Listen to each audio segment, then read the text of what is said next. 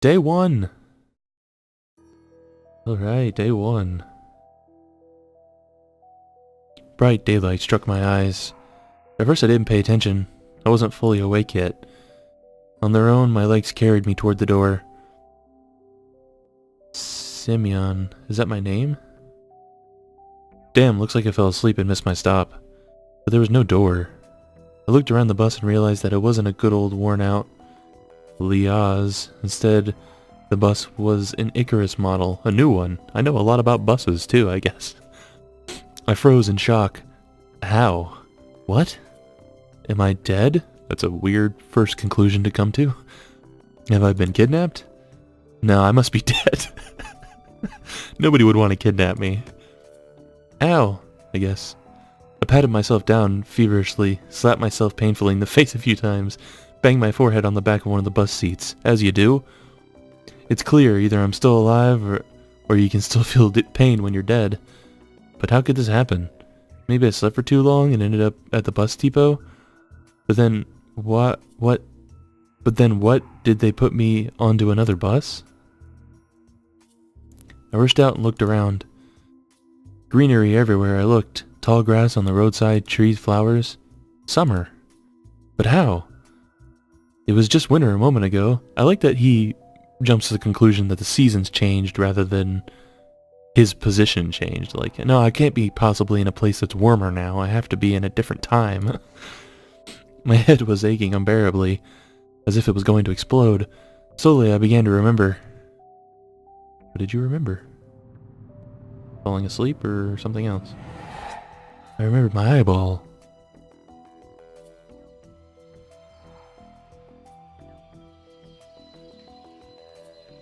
A long road running off into the distance. Forests, plains, fields, lakes, and forests again. I think I was sleeping, but then how can I remember all of it? And then, a gap. Some girl leaning over me. She softly whispered on something into my ear. Then a gap again. Okay. And then I woke up here. Who was that strange girl? What was that strange intro sequence that introduced me to a bunch of girls and their names? With lots of upskirt shots. Or was she just a dream? For some reason thinking about her made me feel better and calmed me down a little. I felt warmth all over, coming from the inside. Could it be her who brought me here? Then I need to find her. The best place to look for her is away from here. I rushed to the left, then to the right, then stopped, hesitating over where to finally go. Finally, I ran in the direction from which the bus had probably came. Ellipses. Ellipses. Physical exercise does refresh one's mind, thoughts become clearer, and it gets a little easier to evaluate the surrounding reality. Not in my case, however. I was sitting on the roadside, wheezing and trying to ease my sore throat by gulping breaths of hot air. In any case, the run did its job. The fear withdrew for a while. Maybe I really am just dreaming. Though recalling my self-harm on the bus, I immediately rejected the idea. I'm neither dreaming nor dead. Why does it just randomly tell me my name there? I'm assuming that's my name. I don't know what else it would be. A narrow road ran through the field and far into the distance. That exact same road from my dreams. I must be very far away from home. It's not just that it was winter yesterday and it's summer now. It's the whole environment. Of course, summer is usually like this, green and hot, but here everything is not entirely lifelike. Everything looks like it was from the painting of Russian landscapes artists of the 19th century. The grass is just too lush. The bushes are not like what bushes should be. This guy is great at descriptions. The bushes, they're somehow not like bushes. They're so thick that you can't see anything through them, like treetops, honestly. The trees themselves. The forest was quite far away, but the trees looked as if they could close their ranks and were now just waiting for the order to advance onto the fields and plains. I caught my breath and looked at the bus, which was now barely visible. This was a good run. That was a good run. Fear overtook me once again. Those power lines. There must be people here. But what does it mean? In fact, that means nothing at all. Couldn't they have power lines even in hell? I suppose so. Roasting sinners over hot coals? That's so last century. I must have reached the point of no return, after which you should either lose your mind completely or finally try to understand what is going on. I finally still have a choice. And while I still have a choice, I should pick the second option. I slowly headed back to the bus. Of course it was scary. But I'm not likely to find an answer in the field or the woods, and this wrecked bucket of bolts is the only kind of link that I have with the real world. Very quickly he decides he's not on Earth anymore. Or not like in the real world. I should carefully scout the area. A brick wall and its gates crowned with a Savonok sign. Statues of pioneers standing on either side and a road sign nearby showing the bus route 410. The trip's taking a bit too long today, I smirked. A person may start acting inappropriately in extreme situations. Something like this is probably happening to me right now. This place didn't look abandoned at all. No rust on the gates, no damage to the walls. Savonok. I should learn how to say that word if we're going to keep saying it. Sovanok.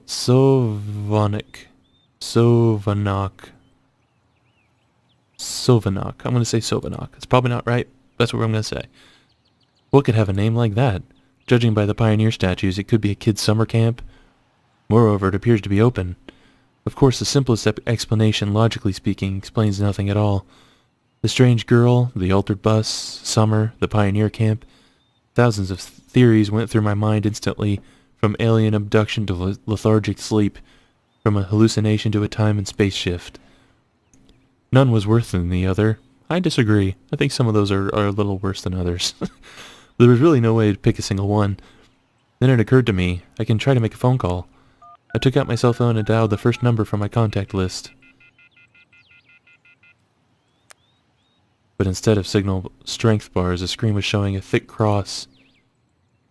Alright, there may be no signal in such a remote place, though I cannot be the only one who came here. Buses don't drive themselves. This is true. I examined the bus from all sides to make sure it wasn't a hallucination. Bits of dirt on the bottom, some rust here and there, faded paint and worn out tires. No, this is definitely a very ordinary Icarus. Yeah, exactly the kind of bus which takes you to places beyond your understanding if you carelessly fall asleep. I gave a nervous chuckle. It came out by itself sporadically, because this wasn't the right place or time to laugh. But where on earth is the driver? I cautiously sat down on the curb beside the bus and started to wait. Ellipses. My patience didn't last. My anxiety seemed to have reached its peak, and I started to go slightly mad. In such a situation, anyone would have probably felt something similar. Aliens and parallel universes were gone from my imagination, leaving only void and darkness. Is this how everything will end? How my life will end? This guy is a master of jumping to conclusions. Let me just say that. But I wanted to do so much. There were so many things that I had no time for yet. I was overwhelmed by the idea this was definitely the end. I'm definitely dying. But why? It's not fair. Surely I'm no worse than anybody else. God, why? Let me just go to sleep. Since I know I'm gonna die. Tears were burning my eyes unbearably. I curled up and started rolling in the grass. Why? What did I do? Why me? My cries were only heard by the speechless statues of the pioneers and a bird on a tree, which immediately flapped its wings and took off, crying out something in its own bird language, as if laughing at the idiot who dared to interrupt its after-dinner nap. I was left breathless from weeping and just lay quietly sobbing occasionally. Ellipses. Sure would like to meet another character at some point. After a while I managed to pull myself together. My mind cleared up a bit, as if terror and the fear of death gave me a little break. All in all, if someone wanted to kill me, what is all this for? Doesn't look like an experiment either. If this is just some crazy coincidence, then there's probably no threat. Anyway, for now, it seems there's no danger. The panic was soon gone. Of course, the blood was still pounding in my temples, and my hands were shaking, but at least I could think clearly now. Right now, there's nothing I can really change anyway. So no matter how much I think or how mad I get, it would only make things worse. Until some actual facts appear, there's really no point in making guesses. In any case, I won't learn anything by lounging around here. This camp, if of course it really is a camp, looked like the only place where people could be, so I decided to go there, and hardly had I reached the gates when a girl came out from behind them. Oh, okay. Wearing a pioneer uniform. Whatever that means. I don't know what a pioneer uniform is, but I mean, clearly it's that, but whatever. My logic didn't let me down this time. Then again, a pioneer uniform in the 21st century, and then again, a girl here? I froze, unable to take a step. I felt very much like running away. Running as far away as I could from this place, far from this bus, gates, statues, and far from this bloody bird with its siesta. A weird place to put some Spanish. Just running, free like the wind, faster and faster, waving to the planets passing by, winking at the galaxies. This girl's just standing here like, are you gonna talk to me at some point, or are you just gonna stare at me?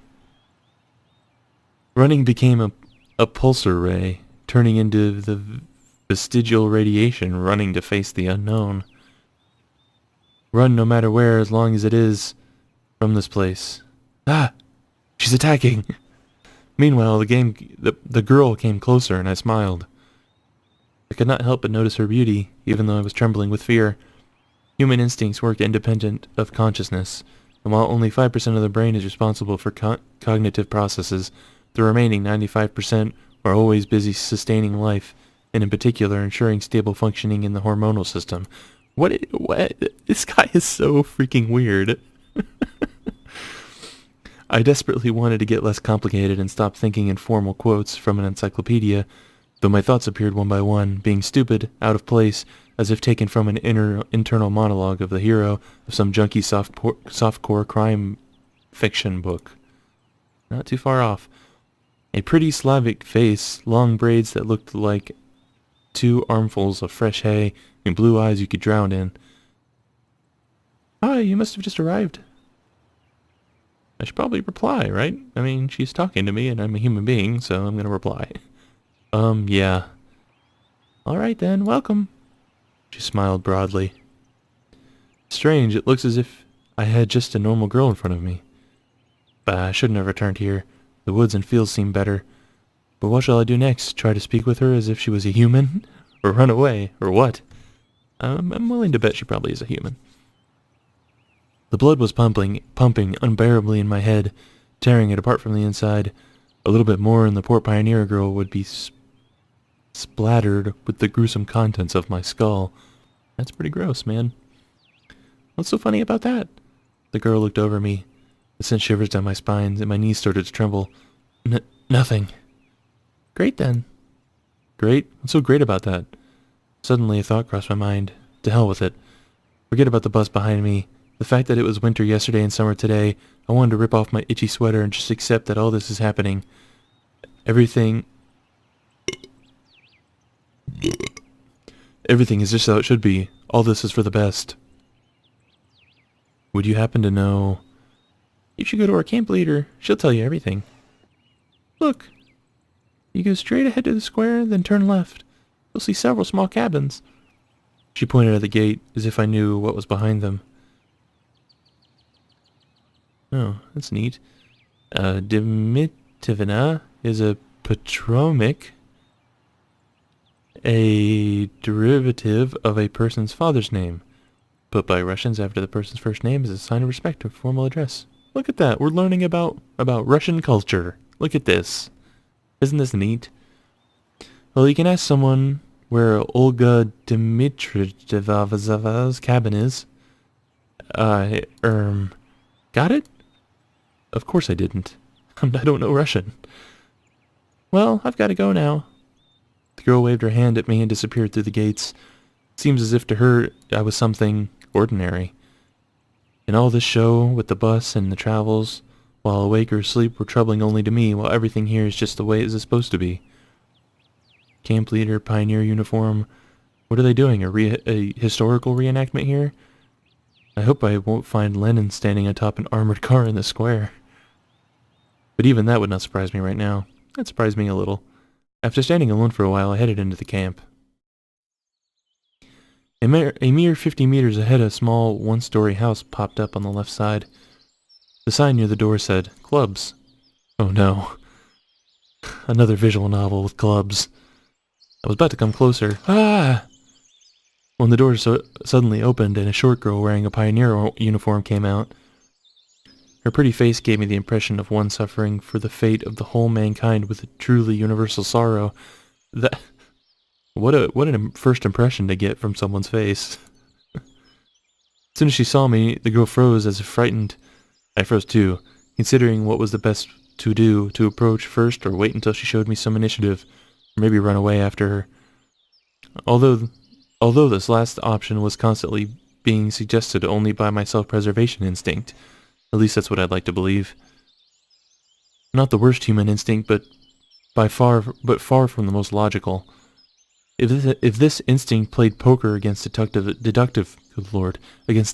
abilities, the outcome would be predetermined.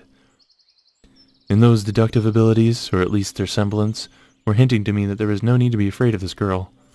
Oh my gosh, she's so small.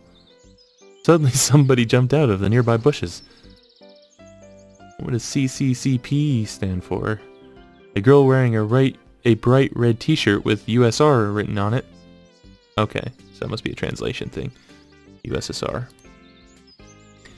I like this goofy music that just happened all of a sudden. Such a perfect reproduction of the age.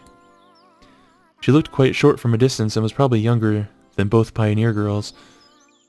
The one at the gates and the girl at the door of the clubs.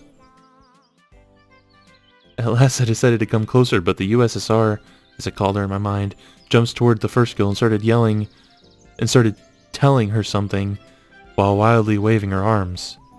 The other girl in turn seemed confused and lowered her gaze, remaining silent. I would probably have continued to observe their amusing dialogue, but the USSR suddenly pulled something out of her pocket and started waving it in front of the first girl's eyes. Is it like a... I thought it was going to be a sickle flag or something. This something turned out to be a grasshopper. Ee, ee, ee. The first girl squealed. She must not be too keen on insects, and she instantly rushed off toward the place where Lenin presumably made a speech about the workers' and peasants' revolution. Is this going to be like a communist propaganda game? I can't tell you how much I hope that is the case. The USSR girl glanced at me, grinned playfully, and then slid off the screen slowly and dashed after her. Not a bad start to the day. I have absolutely no clue where I am. Besides that, there's some kids here role-playing as pioneers. And as far as I can tell, this place is located thousands of kilometers away from my home. It might even be a different reality. And this was indeed a reality. I mean, everything around me seemed so real, if a little embellished, that I was starting to think that in fact my previous life could have been just a dream. And what am I supposed to do now? Ellipses. I had no idea this was a Russian game. I don't know why that matters, but I find that to be silly. I was picking at the cracked paved stones with my shoes and staring aimlessly at the club's building. Just a few more seconds before I'd have to come up with some decision. That's when I recalled myself rolling on the grass, weeping. I cringed in disgust. Perhaps it's another instinct.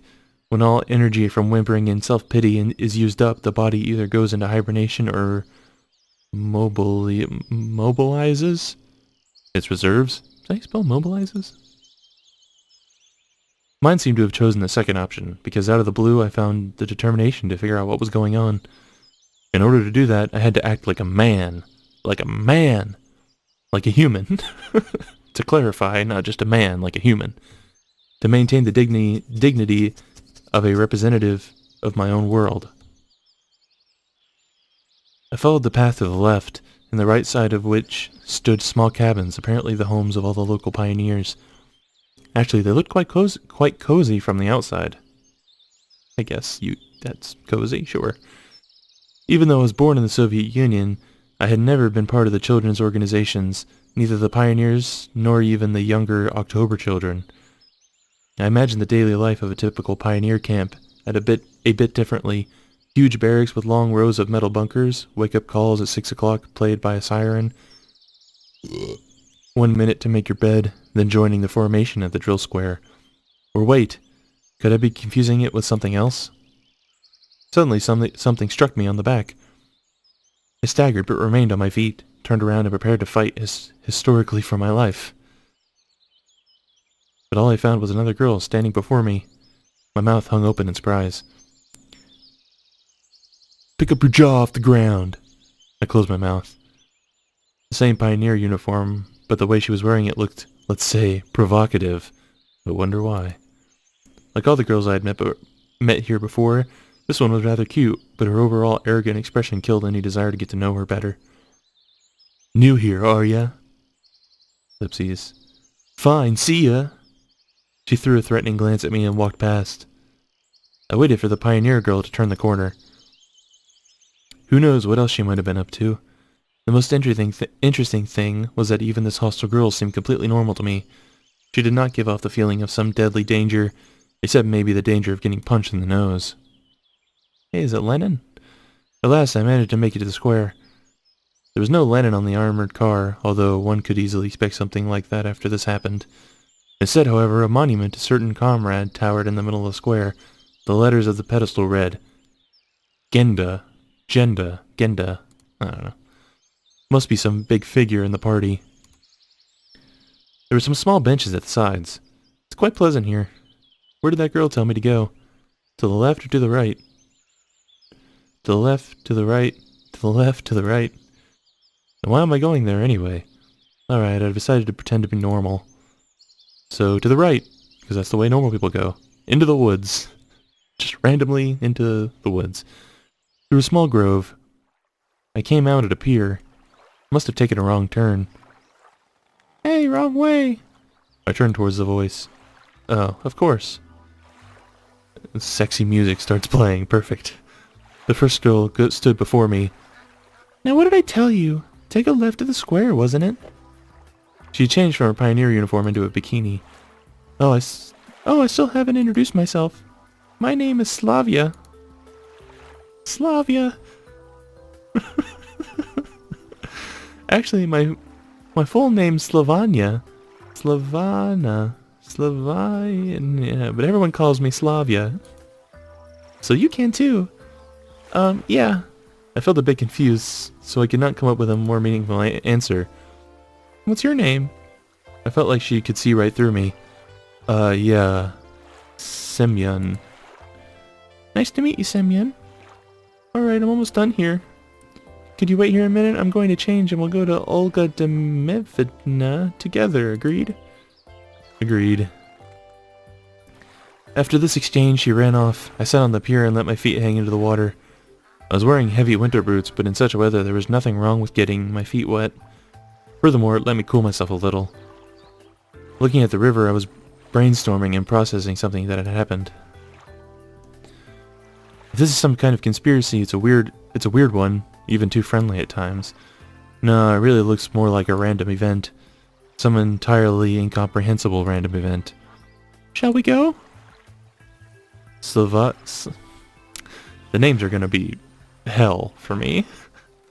Japanese names I at least have, a pretend grasp over, thanks to, Japanese stuff, but Russian, I got nothing. Slavia was standing beside me, dressed in a pioneer uniform again. Let's go! I've been here for a very short time, but all the people I've met, she looks the least suspicious. However, the fact is already suspicious itself. Or that fact is already suspicious. We walked to the square. The USSR girl and the girl who hit me on the back were there, chasing each other. Is this some kind of game they're playing? Ulyana? Enough running. I'll tell everything to Olga. I'm just gonna say Olga. Aye, aye, Captain. I decided not to question Salvia for a while about what was going on in the local residence. Better meet with this mysterious Olga first. Sounds like she's the boss here.